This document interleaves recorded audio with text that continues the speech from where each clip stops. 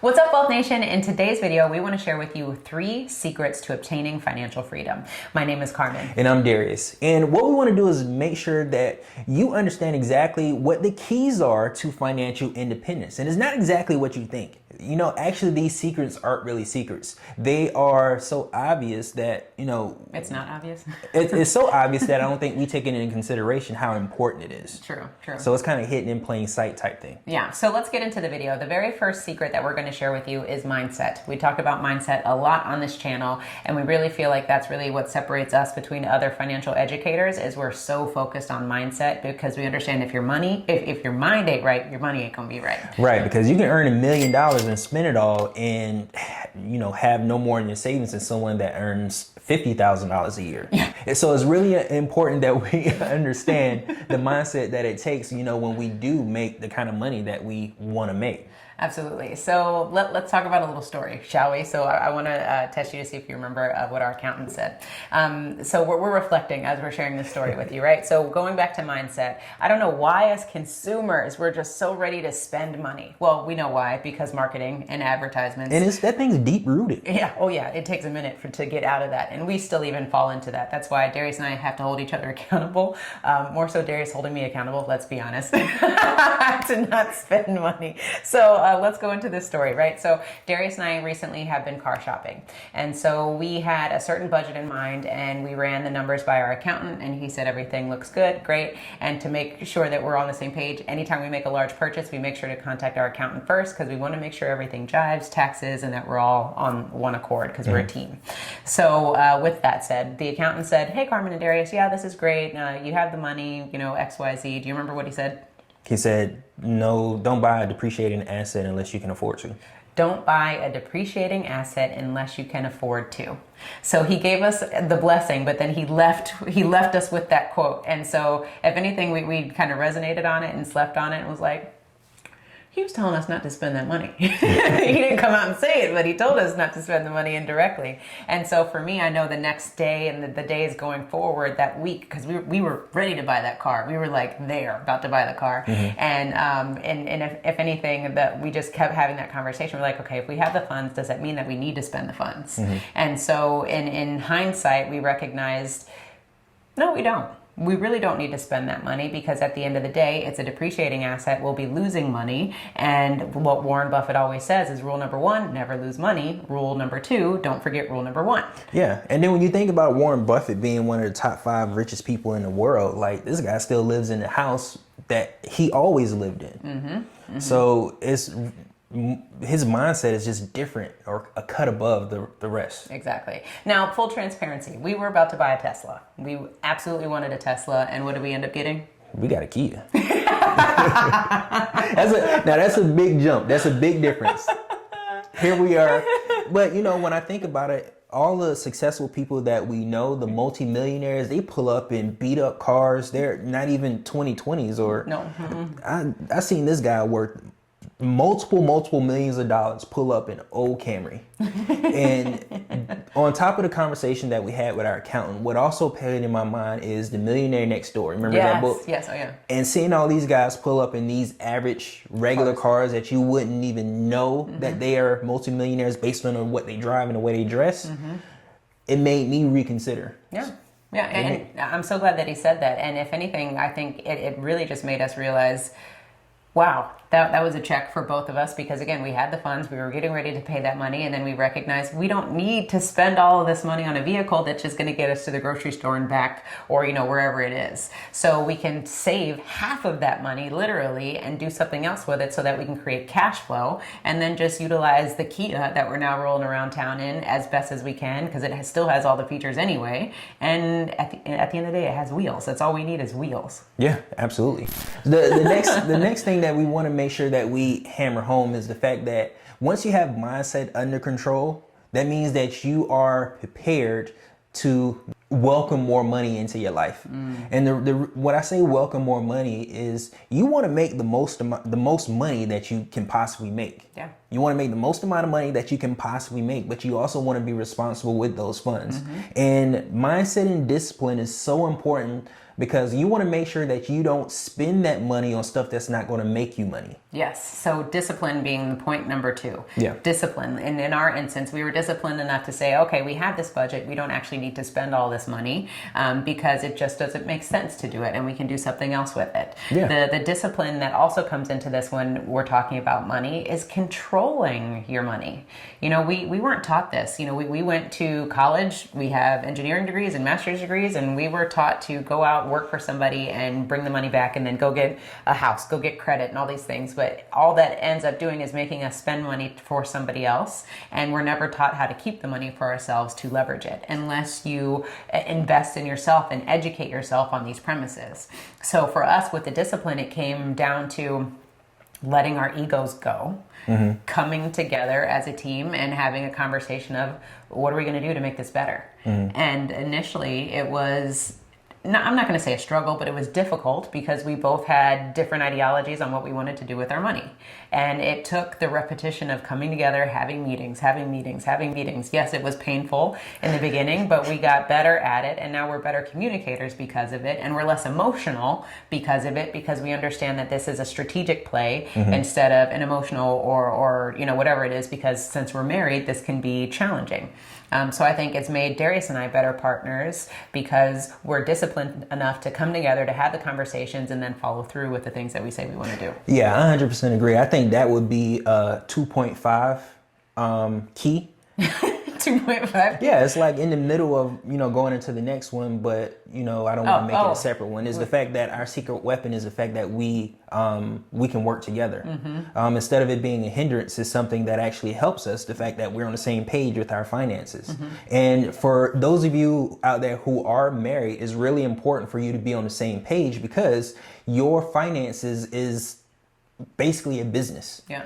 Because when you think of a business, you think about the fact that you have to maintain your household so that you have someplace to stay. You have to maintain your household so you make sure you have food on the table. You have to maintain your household so you make sure those bills are paid so that you can get to and from the source of money in which it comes into your house.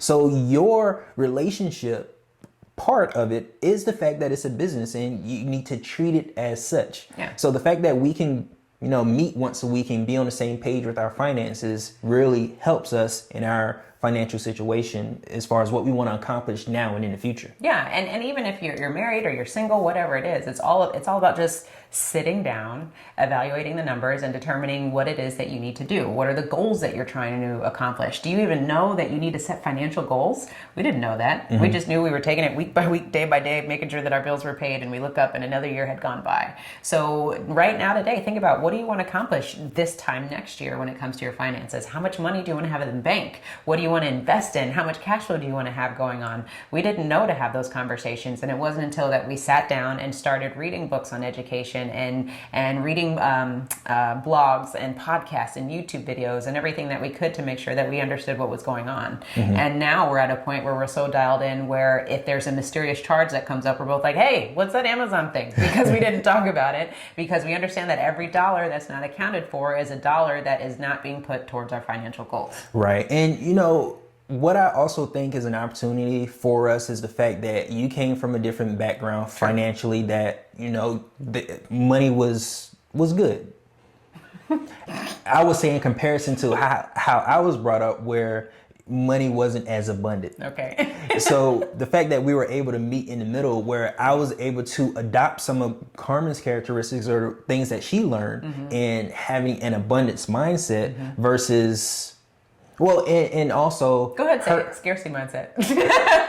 Her being able to take on more of the discipline. Yeah. Because, from that background that I had, we had to better manage our money because there wasn't a lot of it. So I think that also helped, where we were able to meet in the middle. True. Yeah, we both brought our baggage, literally and figuratively, to the table and was able to sort through it and make the most sense of it for us. So going back to, again, the discipline piece of it, figuring out the numbers, doing the math. This is not rocket science. All you have to do is sit down, understand what your salary is versus how much it costs you to live, match up the numbers, and figure out how you can stay positive. Because something that we mention in videos all the time is that as long as you have enough money to pay your bills and you have a little bit money left over each month, you are wealthy. Right. So don't be confused or misunderstand the concept of wealth. Wealth is all about making sure that you have the money that you need to finance your lifestyle. And then true wealth and abundance comes into that extra cash flow that you're accumulating and that you're saving and you're storing and you're investing to make more money. Right. Absolutely. So, one thing that you mentioned is the money management, the fact that we come together on a weekly basis to go over our finances. That is a tool that you can use so that you can understand where the money's coming, so you can focus more of your time and your effort in creating more money or more opportunities. It's not. Go ahead. So I was going to say, the one thing I want to say is it's about being honest with yourself. I think discipline also has to do with honesty, because you can fudge the numbers all day long, but you have to be honest with yourself to be like, I'm going to spend this much money. And going into the fact of like when we meet and talk about our numbers, this isn't about primping or skimping. This is just about saying, okay, X is going here, Y is going here, Z is going there. Just organization. That's all it is organization of the funds, because a lot of people think about budgeting or managing their money as something where they have to constrain themselves and they can't spend the money how they want to. No, we spend our money how we want to. We just make sure that it's allocated in certain buckets and that we're making sure that we're just in on one accord. Right. Because either one of us can overspend in a category accidentally or whatever it is and realize that that's jeopardizing what the bigger goal at hand, which is what we're trying to do. Right. So our plan is 20% of everything that we earn, no matter if it's additional money or where Bonuses, it comes from, whatever. bonuses, whatever. 20% of everything that comes into our household is going to go to savings. And within our savings, we have funds set aside so that any event that we lose our stream of income, we can take care of ourselves for the next year. Another portion of our savings is what we use to invest so that we can generate passive income, so we don't necessarily have to physically go out and do the work. Now, the other portion of our income is 30%, in which we use to take care of our wants. Things that we don't necessarily need, or things that, if stuff hits the fan, we can stop paying, get rid of, and we're still fine. The other 50% is where our necessities are. The non-negotiables. The non-negotiables. We need someplace to stay. We need food in the house, and we need to make sure the bills are paid, and we need to make sure that our health insurance is taken care of because we have a little baby. Yeah, exactly. So those are just things that we need to consider. So giving you guys a little bit of insight as far as our blueprint goes with the discipline, and we adhere to those ratios just to make sure that our income is allocated. Allocated appropriately. So Wealth Nation, if you want to join Darius and I in your financial quest for financial freedom, then definitely click on the link below and join our community, because we would love to serve you and continue to have the conversation of money, abundance, and financial freedom. Now, this leads us into point number 3, which is all about execution. So we kind of talked about that. You're talking about that 2.5 mark. We've been leading into execution this whole time, which execution just means go out and get it done. Get it done. Oh my gosh. It pains me to have this conversation a little bit, because all the people that we speak to and are just, amazing and teach us so many things, the one thing that we just find immediately is that people lack execution, because you can see through. You can hear it. You can hear through the conversations when people are talking to you about the things that you're doing. You automatically know if somebody's executing or not based off of just what they're talking about. And it pains me to realize that so many people have financial freedom right here in their grasp. But because they don't execute, they'll never get it until they decide that it's time to put their money where their mouth is. Yeah, because it's one thing to knock on the door to financial freedom. It's a whole nother thing to open it and walk through. Yeah. Because let's talk about this. Another thing, right? So our accountant, I'm getting fired up. Our accountant, we made a lot of money this year. Our accountant talked to us and said, oh, well, you know how much you're going to have to pay in taxes this year? So with that financial freedom comes the responsibility to make sure that you have money, because taxes, things are going to come up and you're going to have to pay these bills. So if you're not disciplined in keeping a few funds here or there, then that financial freedom is going to continue to rob you, because we know taxes are one of the greatest eroders of wealth. So you have to have plans in place. That's another part of the allocation thing that we talk about, is we understand what our taxes are going to be every year. So we plan for that so that it doesn't catch us off guard and now we're scrambling to figure out what we're going to do with our taxes. Yeah, taxes are huge. And with taxes, there's opportunity there, especially when it comes to infinite banking. So we leverage all the tools that we have at our fingertips because of the right mindset and the right discipline to take advantage of all the tools that we have. Yeah, think about that. That is discipline. Who do you know plans for their taxes in advance? Everybody. Us, yes. We do. I'm talking to everybody out there in Wealth Nation land. Who do you know besides us that plans for their taxes? Maybe you do. If you do, congratulations. I am applauding you because that is so fire. But the rest of us, let's be real, the rest of us are waiting for that refund. Well, yeah. So if you answer the question, you don't know anybody else that plans for their taxes up front, there's or an ahead, opportunity. There's an opportunity for you to get some new friends because you are the sum of the people you hang around the most. So if you want a cheat code to increasing your net worth or your wealth, is to hang around other successful or wealthy or people that have more money than you, and you will inevitably earn the same amount of income that you by the people you surround yourself with. Exactly. So going back to execution, and basically what we've been talking about is, like I said, putting your money where your mouth is and doing the things that you say you're going to do. Getting the mindset. So is it affirmations? Is it whatever it is? Is it budget meetings? Is it reading books, investing in yourself? Whatever that is, start feeding yourself with knowledge so that you can make sure that you can execute at the end of the day. And then the discipline is just keeping up with everything that you're doing anyway, putting it on paper, tracking your numbers, seeing what's happening. Because one thing that I think is nice, if you actually track your numbers, you're able to see where you can go. If you don't see it, if you can't envision that the numbers multiplying and doing whatever they need to do to make friends and bring more money home, then it's hard for you to understand where you can go from a financial standpoint. The other thing that you want to make sure is you pay yourself first so that you can have money to invest. Is one thing to see that there's a ton of opportunities around you, but it's another thing not to be able to invest in those opportunities because you weren't disciplined enough to put money aside. So by all means, the very first thing you should do, if you're not already doing it, is to pay yourself first.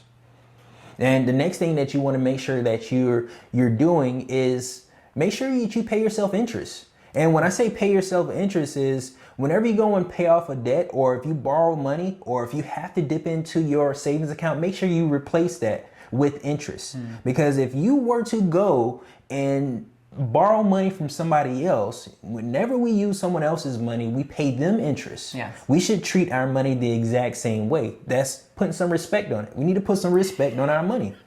Put some respect on it. Put some respect on it. Yeah, and yourself, because you're the one who's out paying all that money, working all that overtime. So respect yourself. Why are you dragging yourself into the mud and working all these hours if you're just going to spend your money frivolously so you have to work more overtime? Yeah, and I 100% understand, and this is where I came from, is the fact that if I'm out there doing the work, I'm gonna get what I want to get. Ooh, that's another video. Oh man, go ahead, speak on it, Darius. Speak on it. It's understandable that you work so hard that you want to buy what you want to buy. That's perfectly fine. But then it comes a time where stuff happens that you're not prepared for because you spent all the money getting stuff that you wanted to get, and that's perfectly fine because you earned it. You have that choice. You have the funds to do so. But also take into consideration the fact that you don't always want to be working so hard for your money. You want your money to work for you. And the only way you can do that is by making sure you set aside some funds so that you can invest. Nope. And that goes back to what we were talking about earlier. That's that Tesla. We're like, we work damn hard and we deserve this Tesla. Yeah, we want those butterfly doors.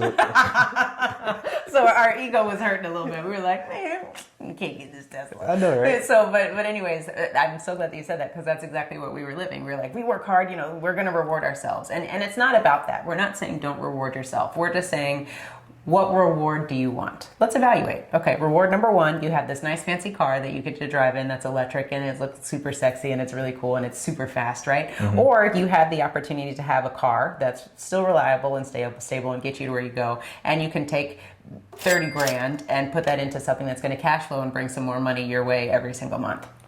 Just have that conversation with yourself. Which one do you want? Do you want the nice sexy car, or do you want a car but some money still that's coming in? Yeah, you can Either way, you're still rewarding yourself, right? Yeah. Instead of buying a $100,000 car, you buy a $30,000 car and invest $70,000. Oh, and then the repayments, the cash flow that's coming in, you can use that to reward yourself. How about we do that? Yeah. So our idea when it came to our car is the fact that we didn't get a Tesla right off the bat, but since we used our banking system, we can use the money that we pay ourselves off, in 5 years because we pay cash for the car using our banking system. So when we pay ourselves off, we can just use that cash to buy our Tesla next time because it includes interest.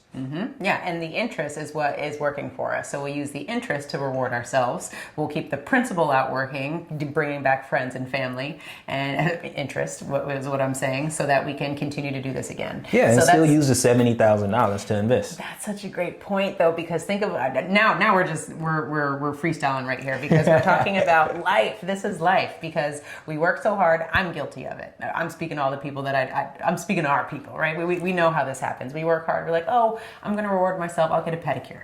I'm going to reward myself. I'll go get another edge up. What do you do in guy terms? What's your reward? Well, it depends because I like pedicures too. You know what I'm saying. You guys know what I'm saying. What I'm saying is $30 here, $50 here, $100 here. Those aren't huge things, but it adds up. Yeah, that's like the minimum payments on our credit cards. They add up. $50 here, $100 here. We don't think about it, but they add up, which is why you don't have money at the end of the month. Yes, so that's just the point that I'm making up is if you want to reward yourself, put money aside, allocate a certain amount of money aside each month to reward yourself. So that way you can curtail that spending so that you can make sure that doesn't affect the goals that you're trying to set for yourself, right? So if you're going to reward yourself, say it's going to be X amount of dollars, but then adhere to it, keep that discipline and that execution in place so that you can still reward yourself, but accomplish your goals. Yeah, absolutely. Now, if you want to work with us when it comes to goal setting and setting yourself up for financial independence, make sure you join our community and share with us exactly what your financial goals are for your future and your future family. All right, Wealth Nation, if you want to continue to learn how to utilize your banking systems to accomplish your financial goals, then check out our next video where you can learn all of the details on how to get started. Right, and check out our freebie below where we share with you 52 different ways on how you can use infinite banking to finance your lifestyle. And don't forget to own your own lifestyle. Or someone else will.